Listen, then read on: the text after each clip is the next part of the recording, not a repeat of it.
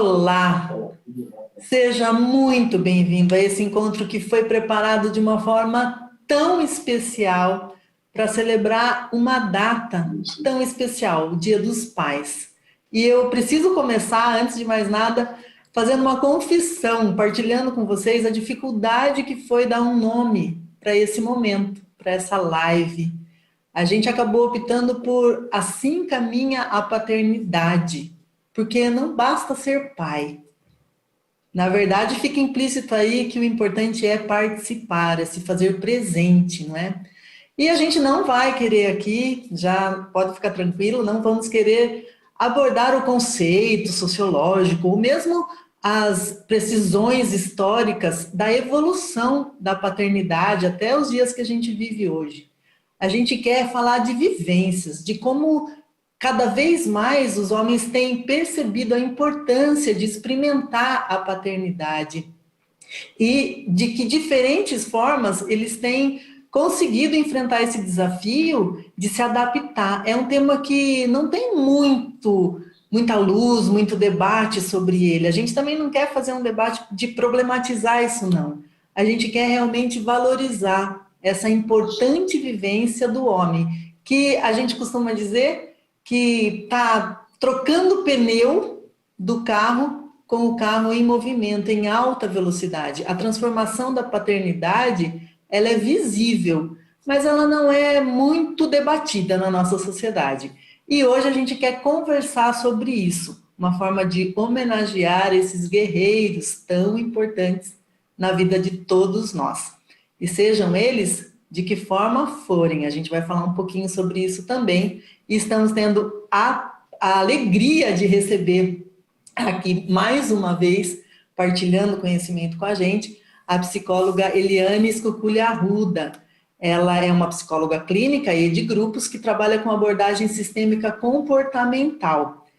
E eu, particularmente, mas sei que ela também, porque a gente já dividiu um pouco isso, a gente está muito honrado de poder dar luz a uma live sobre paternidade, como a gente fez agora em maio passado, dando luz à temática da maternidade. Então, para a gente começar, Eliane, muito obrigada de novo pelo seu sim. Adriana, é um prazer muito grande estar aqui com vocês e poder trazer uma luz a essa reflexão tão importante nos dias de hoje, mediante tanta coisa que está em transformação no homem, no pai, na sociedade, na família, não é? Muito prazer mesmo, viu? Eu super agradeço o convite. A gente que agradece a sua sempre pronta disponibilidade e vamos já então direto ao ponto, né? Você falou dessa figura paterna, né? Então, para que a gente comece, vamos pensar um pouquinho, eu aqui, a Eliane, você que está do outro lado da telinha, o que é o pai para a gente, né? Que figura é essa do pai que a gente carrega, né? Pode pensar no seu pai ou em alguém que te criou, em alguém que cuida de você, que assumiu esse papel de pai. Pode ser um tio, um avô, um professor, um irmão.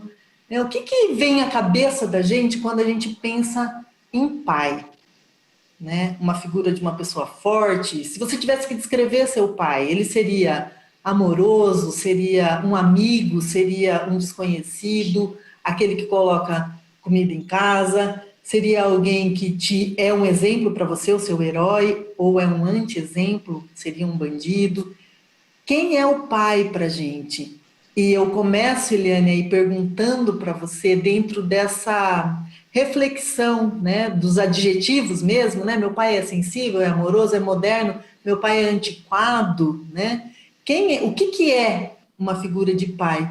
Eu começo te perguntando como que a figura, essa figura que tomou a minha imaginação, e eu pedi para que vocês também tenham refletido sobre ela agora rapidamente, como que ela se formou no nosso inconsciente? Da onde que a gente tem que o pai tem que ser aquela pessoa forte? Porque isso ainda existe, né? Existe, a gente pensa na mãe, pensa na doçura no colo, e no pai a gente já pensa naquela figura mais autoritária, muitas vezes forte mesmo, né? Às vezes até agressivo na família.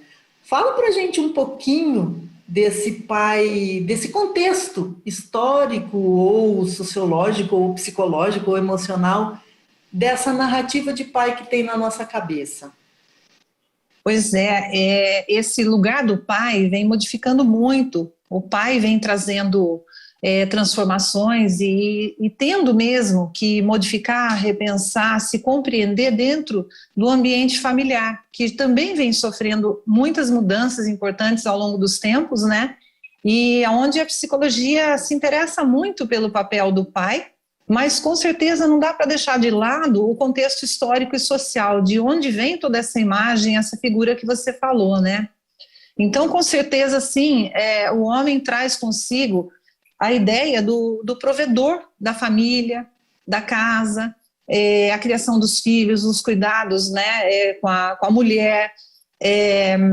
Ele traz esse contexto mesmo de censura, de autoridade, de provedor, do forte, de superioridade, de obediência, né? E até mesmo submissão dos filhos e muitas vezes das mulheres, da esposa.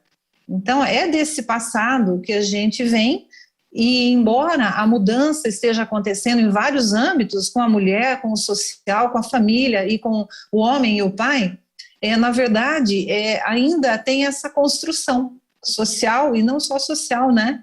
Mas que traz essa figura dessa forma. Então, nos dias de hoje, isso vem modificando mesmo, né, Adriana? Mas, com certeza, a gente reproduz muitas vezes essa paternidade que a gente teve. E é aí que a reflexão entra hoje em dia, com tantas ideias, com tantas modificações, com tantos paradigmas novos, com desconstrução dessa figura do pai de autoridade, censura, provedor. Começa por aí a encrenca, viu?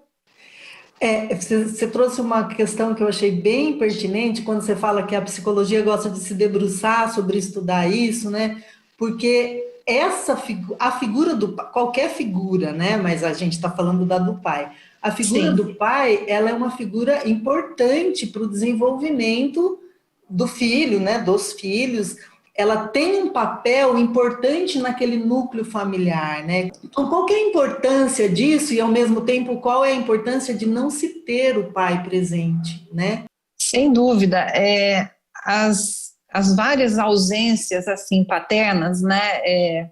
Começa pela questão mais concreta mesmo de que, hoje no Brasil, mais de 800 mil registros, né, de crianças sem a paternidade, né, sem uma paternidade estabelecida. Isso é só um dado, mas para a gente entender as várias ausências, né?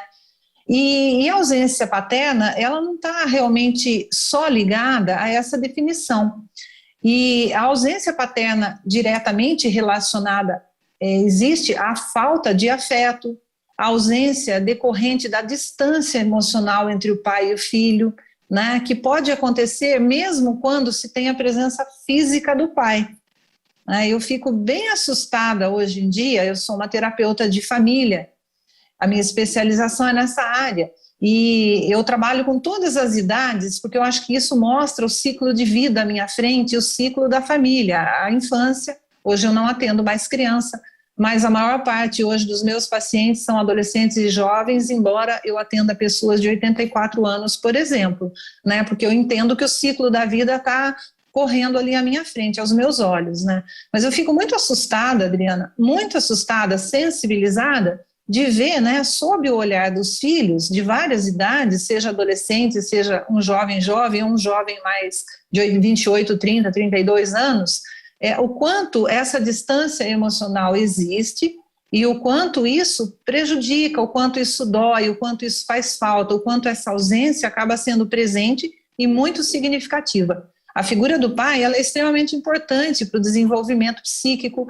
emocional, comportamental, né, dos filhos. Tem toda uma influência mesmo esse distanciamento emocional, né, e que ao longo aí da nossa conversa a gente vai entender o porquê, né? Então, vamos continuar entendendo esse porquê, pensando assim no pai de hoje, né? Que a gente falou um pouquinho desse pai de ontem, que tinha bem essa carga. Nós fomos criados por pais mais autoritários, ainda que tinham essa visão de uma relação mais distante, né? E aqui também, gente, sem julgamentos, hein? A gente não está aqui julgando se é certo, se é errado, se é bom, se é ruim. A gente está comentando sobre uma realidade que está aí estabelecida. Então, eu queria saber de você, pela sua experiência clínica, você disse, né, nessa longa faixa etária que você atende, se os homens, eles também já estão percebendo isso e tentando se preparar para assumir esse modelo de um pai mais participativo, de um pai mais presente, e até mesmo amoroso, mais sensível, mais próximo dos filhos. Ou se isso ainda é uma questão que não está sendo percebida pelos próprios homens. Hoje, o homem que está na faixa aí de ser pai, como é que ele enxerga essa paternidade?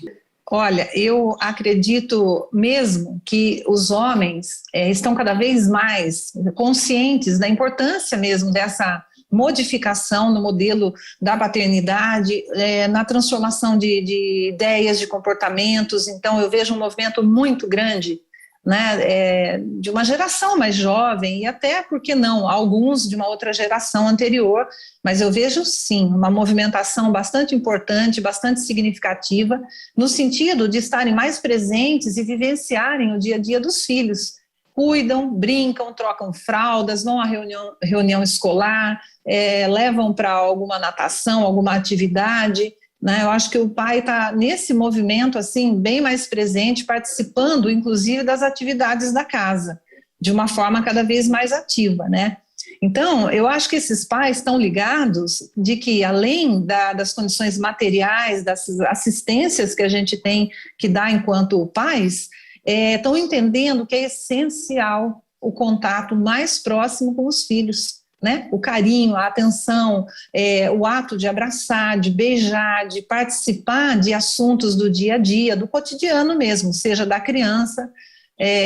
Já na adolescência e na juventude, eu não vejo esse movimento acontecer tão forte quanto esses novos pais, na gestação da mulher, no nascimento, enquanto criança, né? Eu vejo sim que essa geração percebe isso. E é claro que toda criança gosta e precisa de atenção.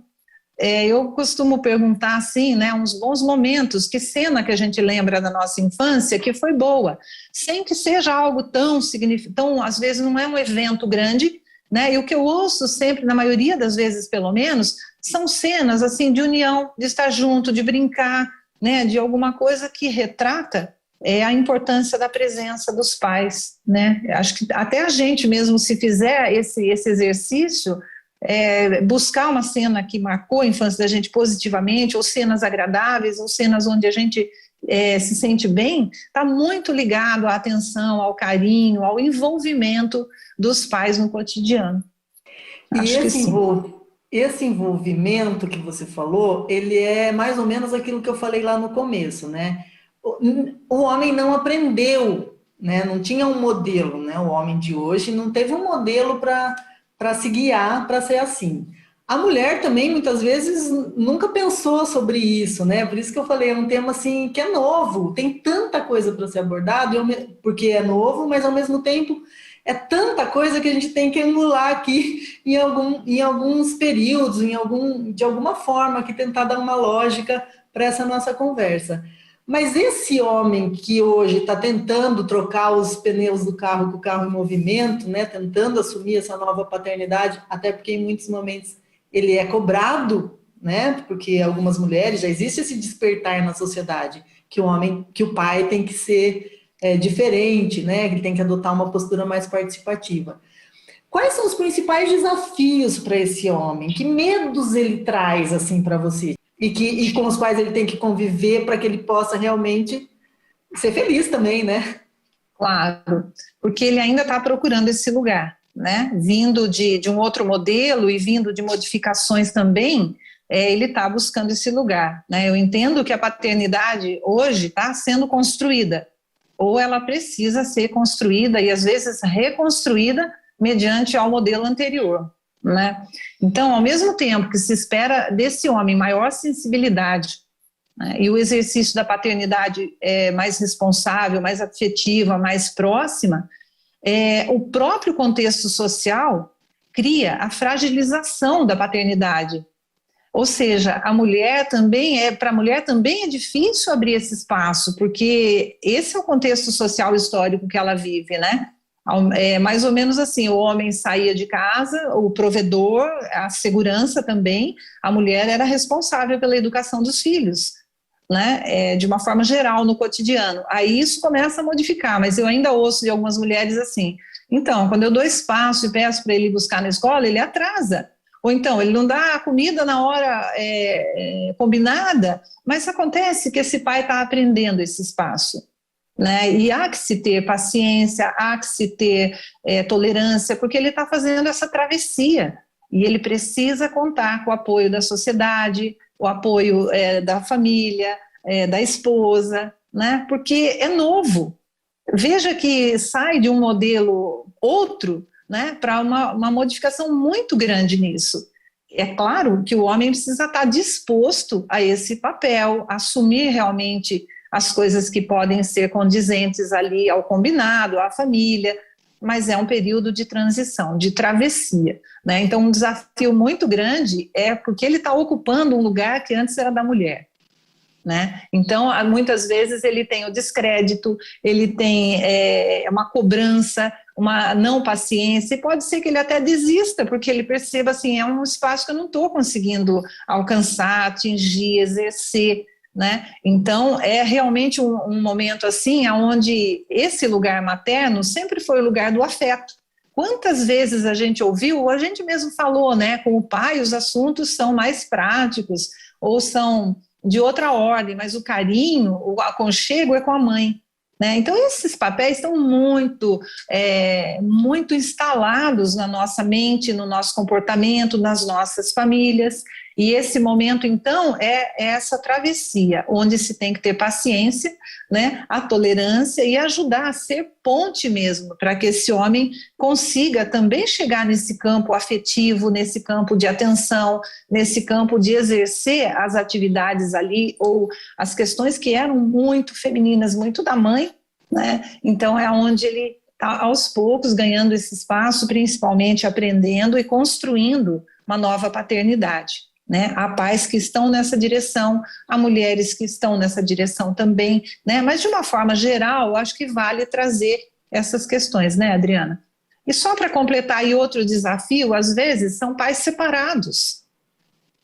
É muito, muito complicado muitas vezes. Eu conheço ex-casais que conseguem encontrar uma linha, um caminho do meio, né? Mas muitas vezes também a gente vê que os filhos se tornam armas, né, na mão de um para atingir o outro, para não bem castigar, mas para punir, porque está magoado, porque saiu da relação não tão bem, né? E aí, às vezes, os homens, né?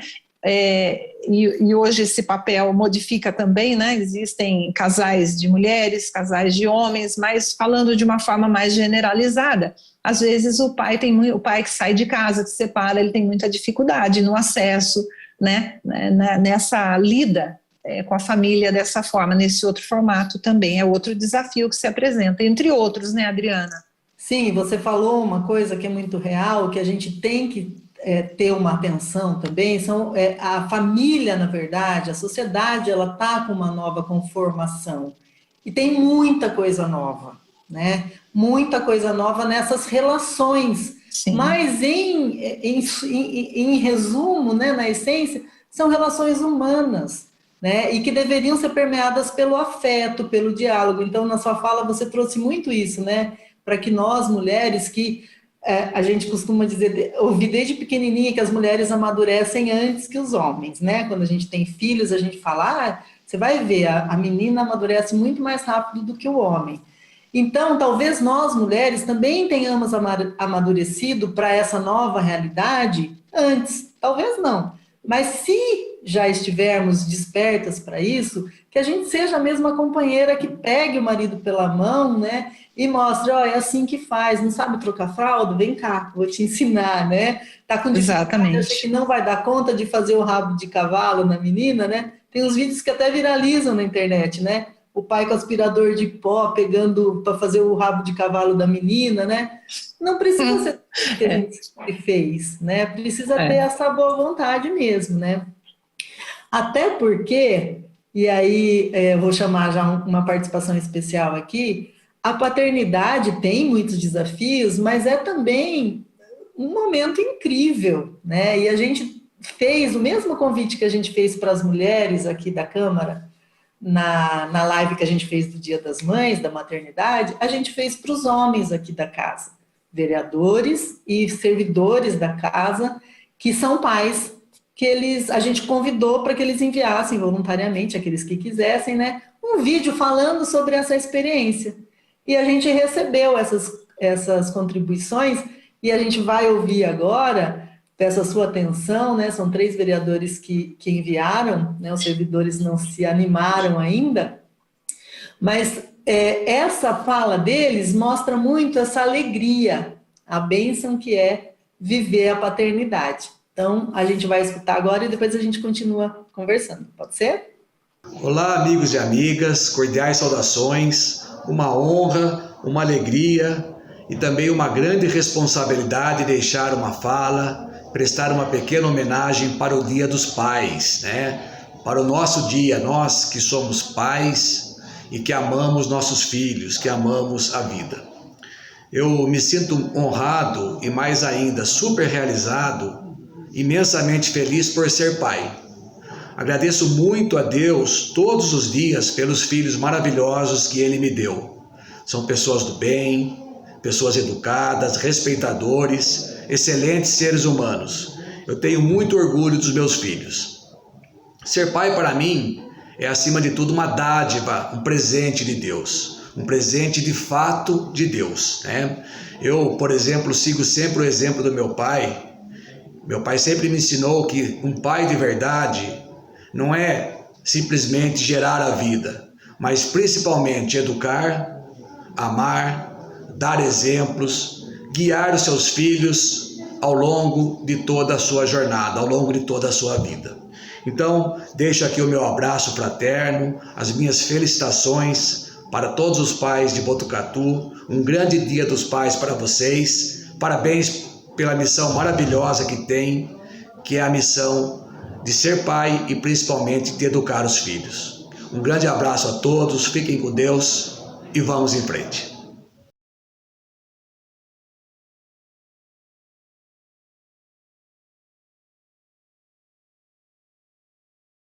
Quando eu me tornei pai de 2 lindas meninas, a Gabriela e a Luciana, junto com a minha esposa, a Cris, foi uma transformação de amor, de amizade, de querer bem, de redescobrir o mundo, de eu querer apresentar o mundo para elas. E com o tempo eu fui vendo que quem era que apresentava o mundo era não só eu para elas, como elas para mim também. Essa transformação é maravilhosa. Você aprende muito com essa transformação. É um amor puro, é um amor do querer bem, é um amor da doação. Eu amo ser pai.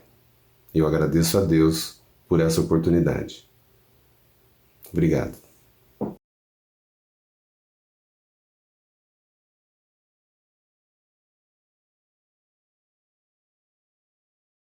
Sempre me disseram que para que a nossa trajetória fosse completa aqui na Terra, teríamos que plantar uma árvore, escrever um livro e ter filhos.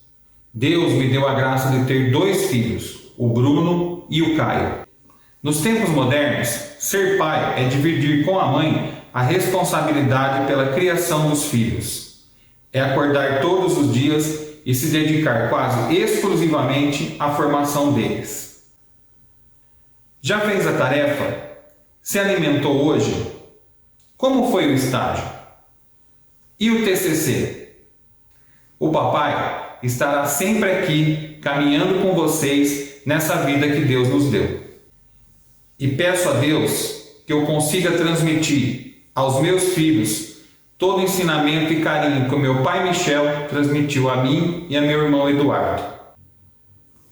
E a vocês, papais de Botucatu, todo o meu respeito, toda a minha consideração, que vocês tenham um excelente Dia dos Pais junto aos seus filhos e às suas filhas e que Deus os abençoe sempre. Bom, a gente ouviu falar tantas coisas, né? Parece que eles estavam escutando a gente conversar aqui, né? Exemplo, a importância da troca, da transformação. Os vereadores falaram também de educar, né? De estar presentes. Sem dúvida, a responsabilidade ao se tornar pai, eu acho que é muito grande e talvez, né, de certa forma, pese um pouco mais nesse aspecto para o homem, né, de mostrar caminhos. Esse é uma questão assim que o próprio Jung da psicologia fala, que o pai representa o enfrentamento, mostrar caminho, a orientação, não que a mãe não faz, né, mas dentro desse papel já estabelecido culturalmente, o pai traz isso sim. E eu acho que a grande palavra também da paternidade, além de buscar melhorias e além de educar, de ser responsável por tornar a qualidade de vida do filho efetiva, né, é o que foi falado também, é uma aprendizagem. E enquanto a gente não olhar para a paternidade como aprendizagem também, as coisas não se alinham, né? Porque a autoridade de antes é uma autoridade diferente de hoje. Eu diria que antes era um autoritarismo, ou uma imposição, ou regras muito duras, a obediência, né? E hoje a educação traz novos caminhos também. A autoridade, sim, né? A responsabilidade, sim, o dar direcionamento, sim, mas também o diálogo, a conversa, o envolvimento afetivo, porque, em geral, os pais pesam sobre as costas deles, de uma forma ainda mais forte, essa questão do provedor. Isso ainda está em nós, né? Então, é onde, assim, a responsabilidade é extremamente vivida, ela é importante, e outros caminhos se abrem paralelos a esse. Eu gostei também quando o vereador Lelo, né? O vereador Lelo falou: eu amo ser pai. Parece que para as mulheres é tão fácil falar, né? Eu amo meus filhos, eu amo, né? E a palavra amor ou eu te amo sai mais difícil mesmo do homem. Isso faz parte desse perfil do homem não chora, homem não expressa sentimentos que ele carregou por tanto tempo, mas está mudando também, né? E faz bem para eles e para a gente ouvir. Apesar de muitas vezes o pai falar de outra forma, né? Sem ser verbalmente, que ama, e também a gente pode ter esse esforço de paciência e de compreensão, de perceber que para o homem muitas vezes isso é difícil mesmo, né? Muito difícil, né?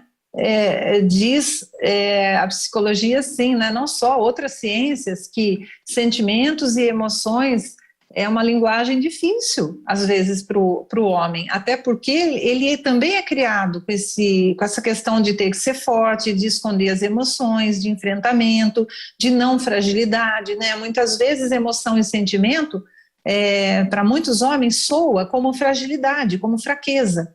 Para mulheres também, né? Mas dentro desse papel de direcionamento, de censura, de forte, de figura, exemplo, né? Então, muitas vezes há uma dificuldade imensa no caminho afetivo, né? Com certeza isso é um grande tema aí para a gente desenvolver, né? Nesse novo papel, nessa nova formatação, nessa nova configuração de paternidade. É claro que a gente vê isso de geração para geração, né? Então, o pai que tem filhos mais velhos, bom, com certeza teve sucesso ali no que queria, na educação, no resultado, de criar pessoas com caráter, né? Acontece que as gerações que estão vindo de filhos, eles têm outras demandas, né? A realidade social dos filhos nossos é diferente da nossa realidade, né? E tem um autor, não me lembro se é o Rubem Alves, que ele fala assim, que a gente não pode tratar o filho adolescente como a criança, como filho criança, né? E não dá para tratar o filho jovem, adulto, como um adolescente ou como uma criança, né? Então aí está um grande lance mesmo da gente evoluir, né, nas ideias, nos pensamentos, nos conceitos e olhar para a realidade do filho hoje, do jovem hoje, da criança hoje, do adolescente hoje, né? Então, esse caminho, assim, de uma paternidade onde foca a responsabilidade, o prover e a assistência, ela está precisando ser revista, né? Não ficar endurecido nesse modelo, de responsabilidade assim e deixar esse campo afetivo, o envolvimento físico, a presença, o tempo, né, de lado. Tem aquele livro tão conhecido em vários ambientes, que é As 5 Linguagens do Amor. Eu gosto dele, é um livro já de um tempo atrás, e ali mostra as diferentes formas de amor. O cuidado, muitas vezes, é uma forma de amor, aliás, é uma forma de amor. A proteção é uma forma de amor, né? Querer que o filho tenha uma boa escola, boas notas e um bom resultado é uma forma de amor. Acontece que o outro lado precisa mais do que esse formato, né? Precisa a afetividade, precisa a afeição, o afeto, o envolvimento, né? Então, às vezes, é uma educação muito rígida que está objetivando tornar aquela pessoa um bom ser humano, de valores e de caráter. Às vezes o estrago emocional é muito grande, né? Porque se olha só pelo lado racional, só pelo lado de resultados, embora isso esteja na fonte, na origem do amor, né? Esse é o grande núcleo que nos congressos hoje de terapia de família se coloca, né? Esse desalinhamento, esse descompasso dos pais, homem e mulher, né? Mediante o jovem de hoje, o adolescente de hoje e a criança de hoje. Temos muito que aprender, hein? Aprendizado, né? A fala dos vereadores eu achei isso, muito rica e bastante apropriada, porque mostra que eles também estão antenados com essa mudança e às vezes tentando acertar, como o meu pai, como o seu pai, possivelmente, né, quem está nos assistindo aí, ou como você, se já é pai ou se vai ser pai, vai tentar acertar também, porque na verdade é isso que todo mundo busca, né, fazer o seu melhor, nessa jornada que é incrível e que é única, cada um vive de uma forma, né? Para quem está ligando a TV agora, a gente está conversando sobre a paternidade.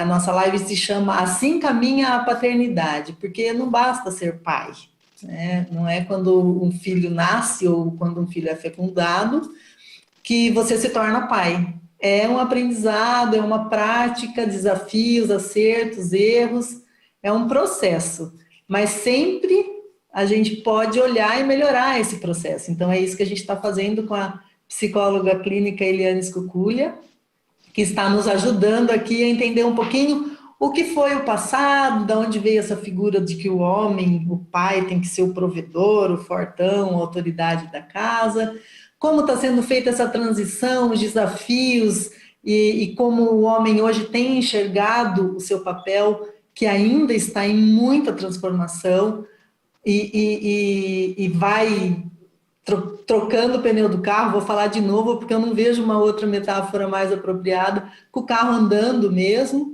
E agora a gente já vai passando para a parte final da nossa conversa aqui, pensando assim, se assim caminha a humanidade, para onde que a paternidade, né? Para onde ela está caminhando? O que serão os pais no futuro, né? Que figura, quando daqui a algumas gerações alguém fizer uma live de Dia dos Pais e perguntar, pensa no seu pai, na figura que representa o pai na família, a figura paterna, que pode ser um tio, um irmão, um professor, o avô.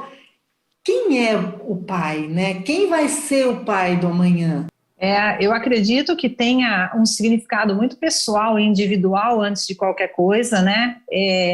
As opiniões são muito divergentes, isso é bom, isso é rico, né? Porque isso propõe discussões boas, reflexões. Então, há aqueles pais que acreditam realmente que numa autoridade mais dura, mais inflexível, pensando mesmo, né, no caráter. Claro, eu acho que sempre vai haver uma ampliação mesmo e diferenças e divergências aí nesse tema. Mas, de uma forma geral, falando socialmente, historicamente também, eu acredito que há, sim, um caminho de progressão, de aprimoramento. O ser humano é assim, né? E eu acho lindo isso. Eu estou nessa profissão porque, simplesmente, antes de qualquer coisa, acredito na mudança, no desenvolvimento do ser humano, dele se compreender e ser mais feliz e tornar as pessoas mais felizes à volta também, à medida que a gente se conhece um pouco, né?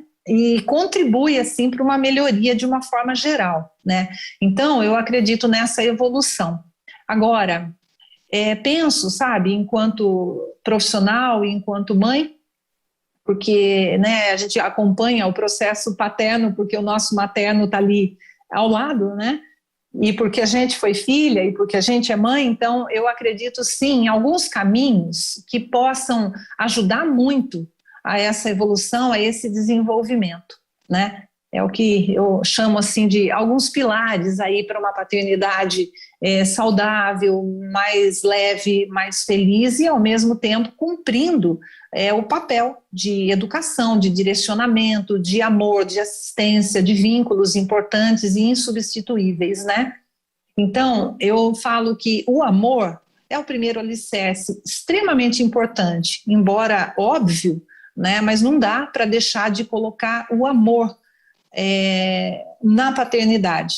Pode ser esse amor em forma de cuidado, em forma de assistência, de proteção, mas o meu apelo é para que se olhe também para esse lado mais afetivo, para a parte subjetiva de cada filho, né? Porque às vezes a gente pode até cobrar resultados, notas e desempenho, mas cada filho pode responder diferente a isso, né? E o que serviu para um, às vezes, não serve para o outro mesmo modelo.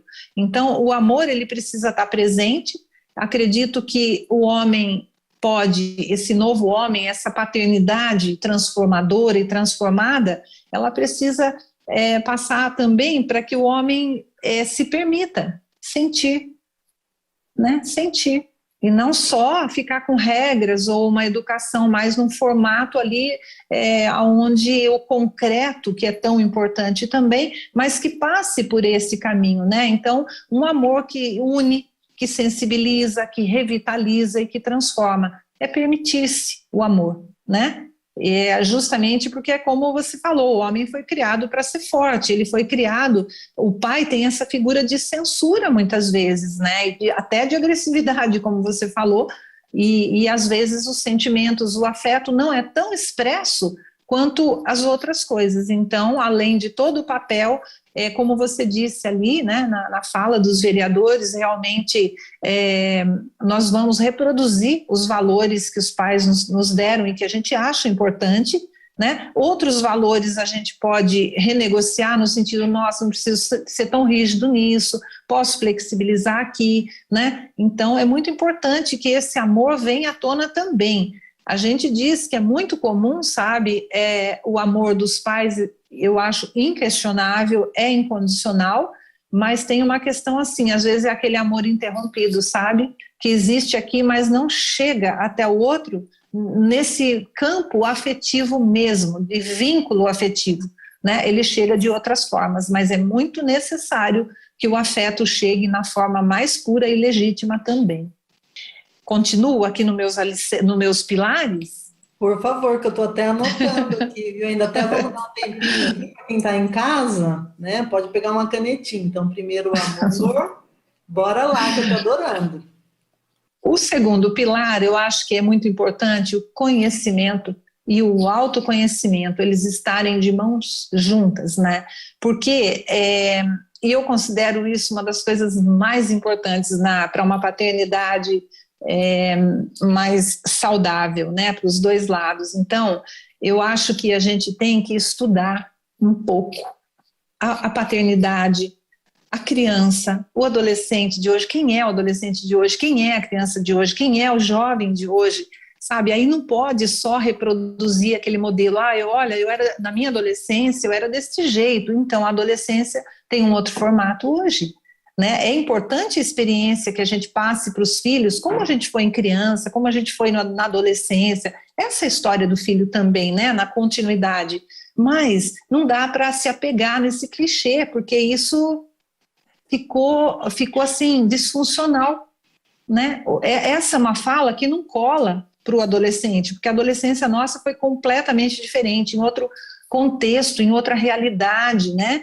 Então, embora os valores nossos possam continuar, eu acho que muitas vezes valores são inegociáveis, né? Mas a gente tem que olhar, tem que conhecer a etapa do filho, a etapa que o filho está vivenciando, né? Saber o que exigir dele, o que pode ser estimulado, o que não adianta mexer, às vezes, pelo temperamento da criança, achar um outro jeito de ser, ou um outro jeito de abordar algum assunto, seja em qualquer idade, né? Então, esse conhecimento, hoje, ele é fundamental, porque senão a gente vai ficar na referência anterior, e ela não está funcionando completamente nos dias de hoje. Muita coisa sim, muitos valores sim, o caráter sim, né? A honestidade, isso é inquestionável, mas a forma de se fazer tudo isso precisa ser melhor conhecida, né? Eu acho que, como eu falei na live das mães, eu vou repetir esse processo aqui, porque eu acho que é importante o interesse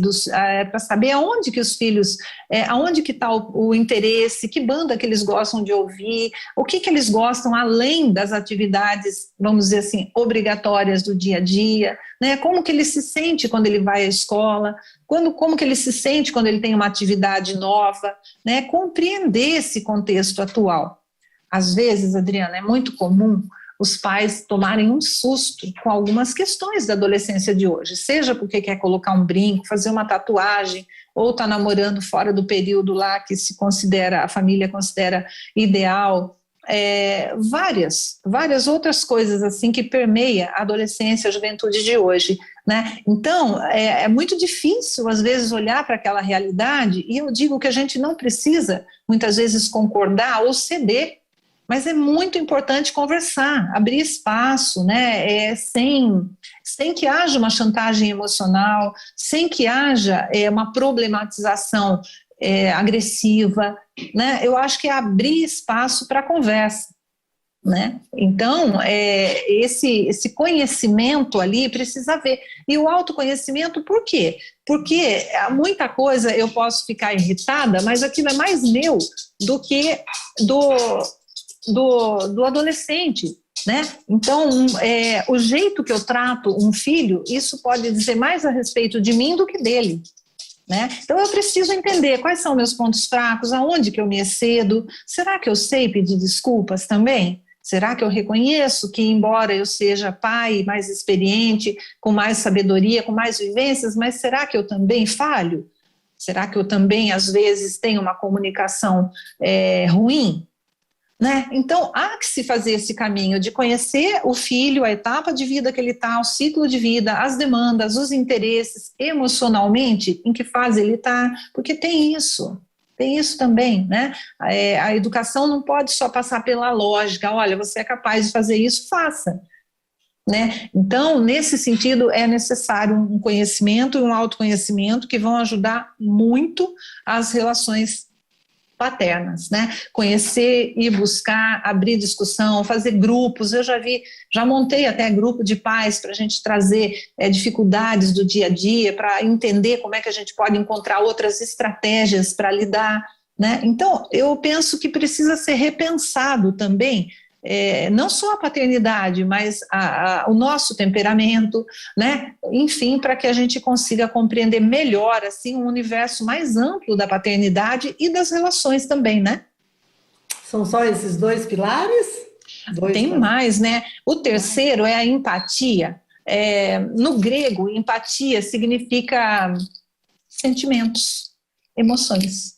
Né? Então, às vezes a gente é empático no sentido de ver a necessidade de um filho na parte prática e ajudar e resolver problema e levar para lá e para cá, pagar as atividades, né? A questão financeira entra também, mas a gente não consegue ser empático naquilo que ele está sentindo, porque muitas vezes o sentimento de um filho, a gente pensa assim, olha, mas não precisa ter medo, não precisa, isso aqui assim, assim, assim.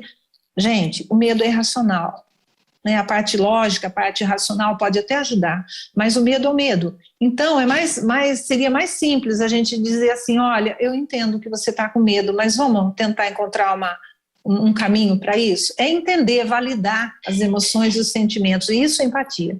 Né? É olhar pelo que o outro está sentindo, e não a gente julgar com a nossa lógica que aquilo não tem cabimento. eu quero uma roupa nova para ir em tal lugar. Poxa, mas você não está precisando de roupa nova.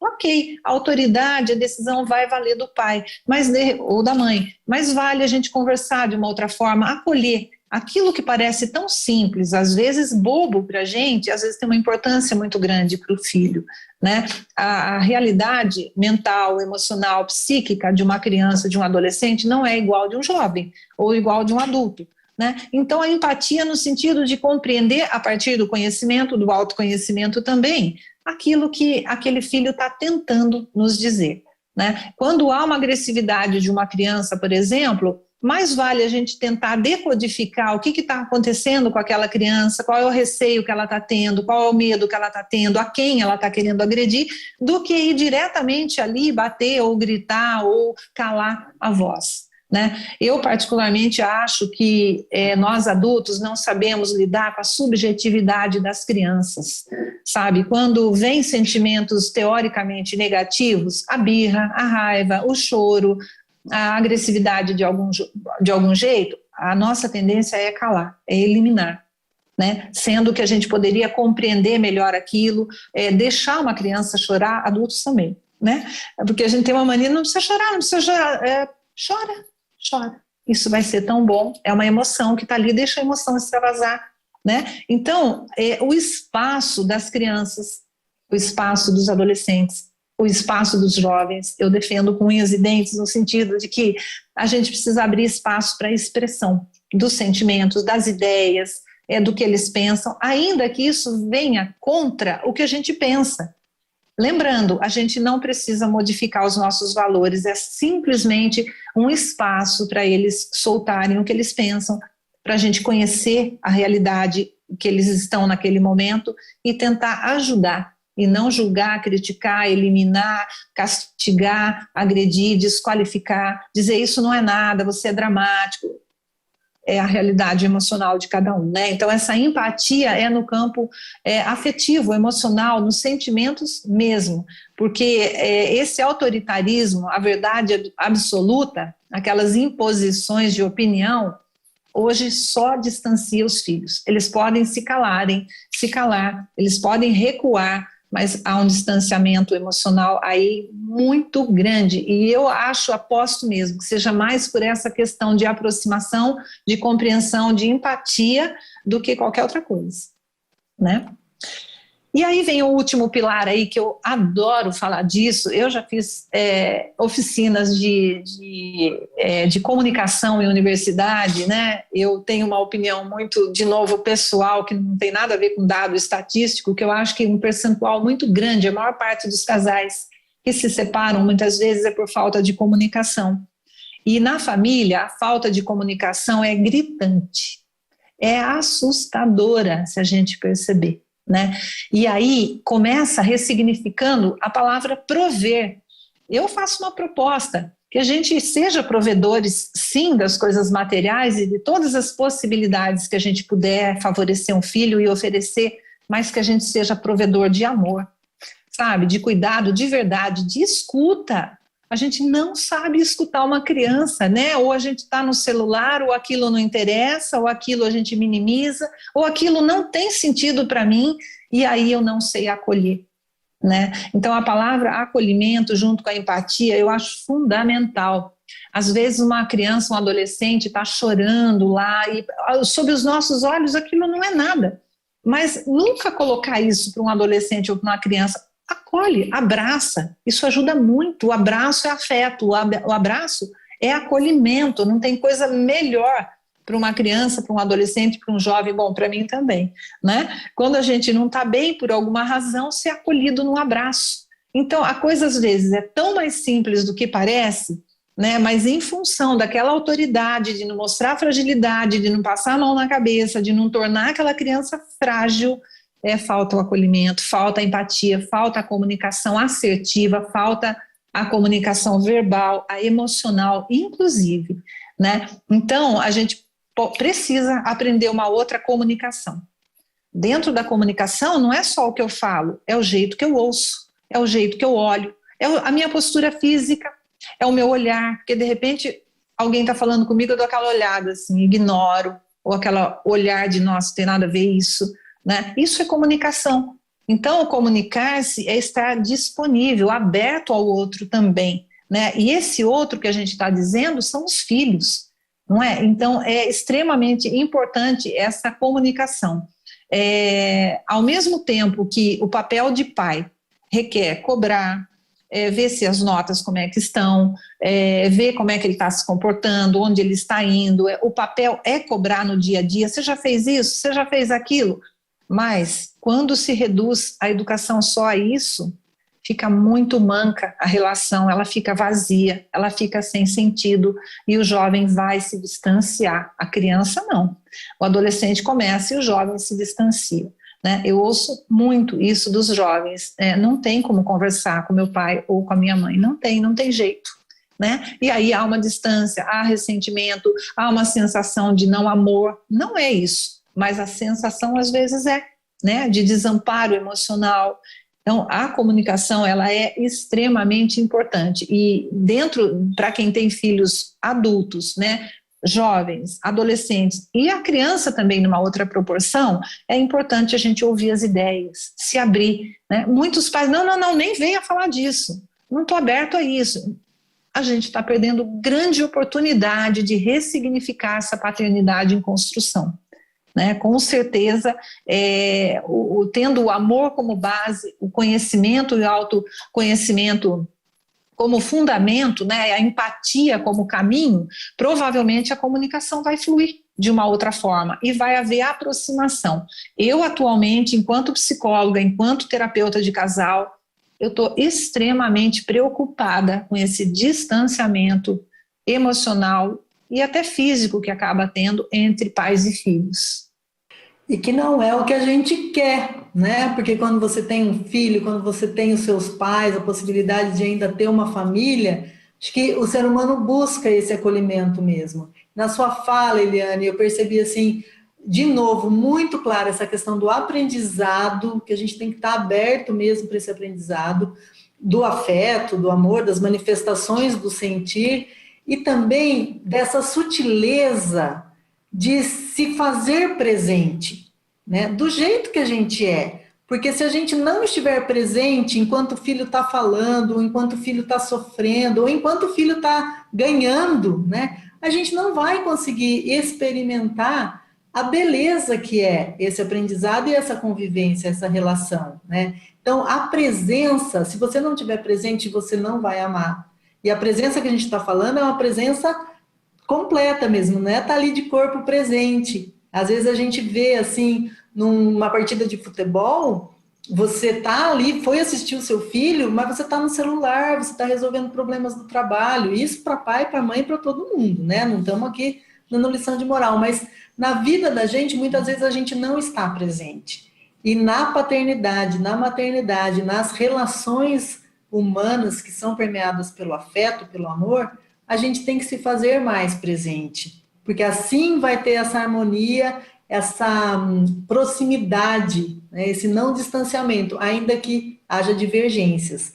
E nesse campo da sutileza e da sensibilidade, eu queria agora chamar a última participação especial, que é do vereador Palinha, que é nosso presidente aqui da casa, e que não é pai, né? Ele não tem filhos humanos, né? Ele gosta muito dos cachorros, ele é um defensor da causa animal, e a gente brinca que ele só tem filhos caninos, mas que quis também fazer a sua participação por reconhecer a importância da paternidade, e ele faz a participação de uma forma muito característica dele, muito própria dele, e aí eu convido a Eliane e a você que está em casa para ouvir com o coração essa mensagem que o nosso presidente Palinha vai deixar para nós agora nesse momento.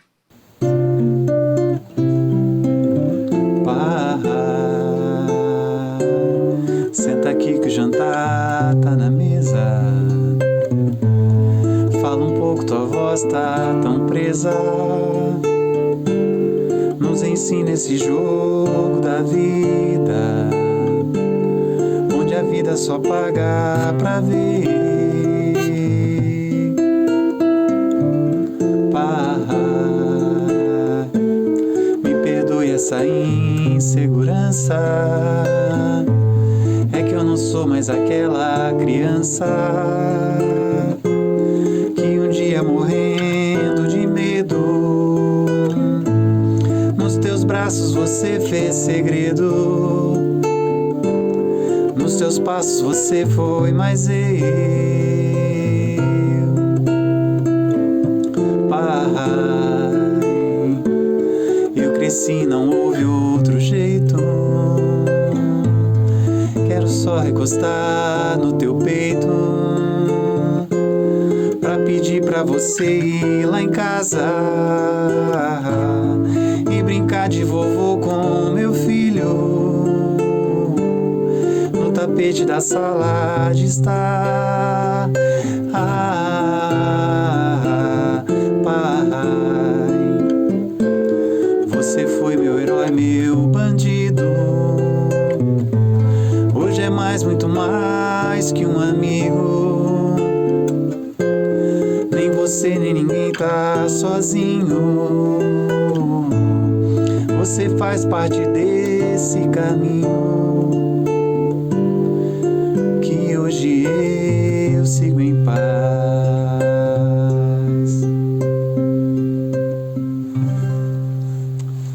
A todos os pais, Pai com P maiúsculo, eu desejo toda a felicidade do mundo e todas as bênçãos do céu.